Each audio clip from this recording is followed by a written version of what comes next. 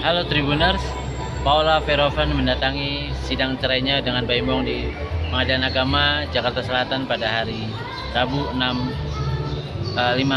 Maret 2025 dengan agenda Paula membawa seorang saksi untuk membantah dalil-dalil gugatan yang dibuat oleh Baim-Bong dalam proses perceraiannya.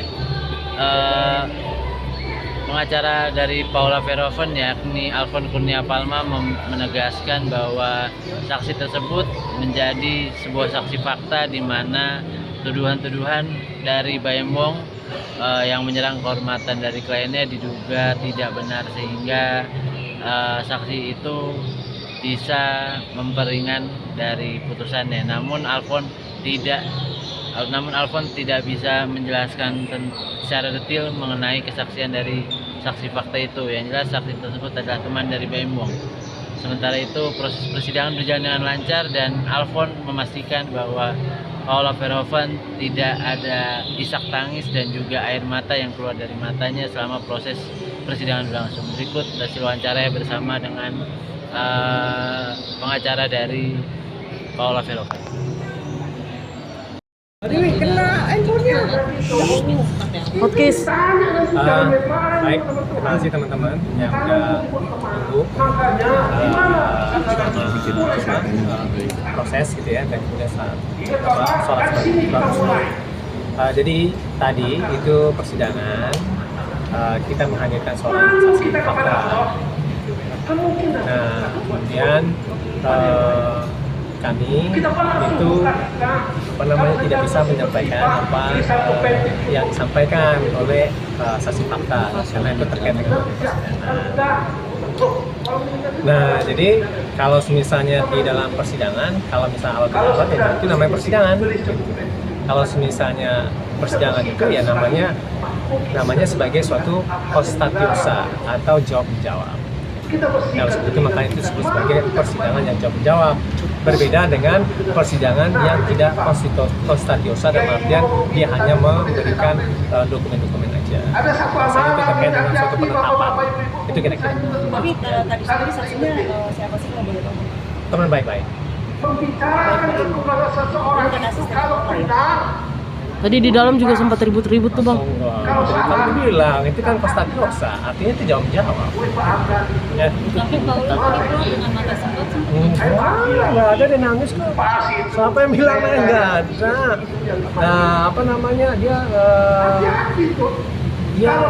ada tuh matanya berair, nggak ada. Karena tadi kita ngobrol. Paula di dalam seperti apa lagi? Baik, dua arah, dan itu difasilitasi sama majelis hakim. Nah, itu hakim itu kan fungsinya untuk ada tata tertib persidangan gitu kan, satu ngomong satu enggak, gitu aja sebenarnya. Nah, tapi itu dialogis kok.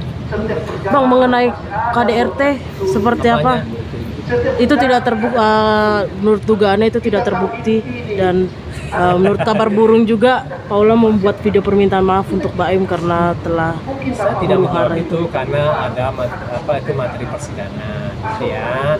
Nah, karena ini kan persidangan perceraian dan itu kan sidang itu untuk memberikan privasi pada masing-masing pihak gitu ya. Nah, kemudian kami itu mendatangkan orang ahli yang kualifikasi. Sedari awal kan kami mengatakan bahwa yang namanya bukti elektronik itu harus dibawa, dan itu bisa jadi dikatakan sebagai suatu yang otentik gitu.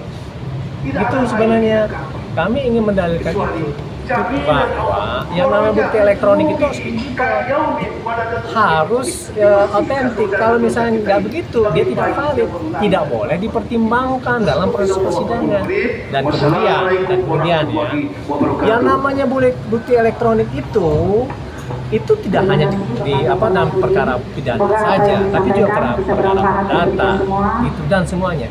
agama ini dikatakan sebagai perdata khusus gitu. Kalau bukti tidak kredibel, ya itu tidak valid. Kalau tidak valid itu harus diabaikan gitu. Nah itu dikatakan sebagai membangun dalil itu berdasarkan bukti-bukti atau barang bukti paling bawah gitu atau petunjuk. Nah mereka kan ini petunjuk. Dari barang petunjuk itu jadi barang bukti. Barang bukti itu kemudian menjadi alat bukti. Dari situ itu dinamakan suatu dalil dan kesimpulan. Nah jadi kami membangun itu bukan dalam artian ini dia omongan gitu kan, dan kemudian direkam dan kemudian setelah itu menjadi alat bukti. Hukum itu pasti. Nah, dia itu dari ketidakpastian menjadi suatu hal yang pasti. Beda dengan suatu ilmu pengetahuan alam. Dari kepastian menjadi tidak pasti.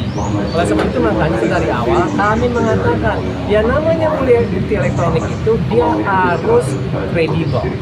Dia harus otentik. Kalau misal tidak, dia tidak boleh dibuat.